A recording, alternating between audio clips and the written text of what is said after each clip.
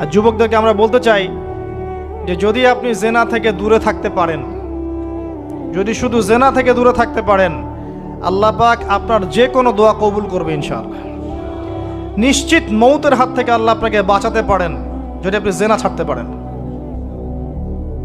জেনা মানে শুধু ফিজিক্যাল রিলেশন নয়, জেনা মানে রাতের বেলা জেগে কথা বলাও, অনলাইনে চ্যাটিং করাও, আপনার বান্ধবীর সাথে কফি খাওয়াও, সব কিছুই জেনার অন্তর্ভুক্ত। এগুলো ছাড়তে পারলে আল্লাহ পাক আপনার দোয়া কবুল করবেন। ওইভাবে যে 3 জন ব্যক্তি গুহায় আটকা পড়েছিল, মনে আছে?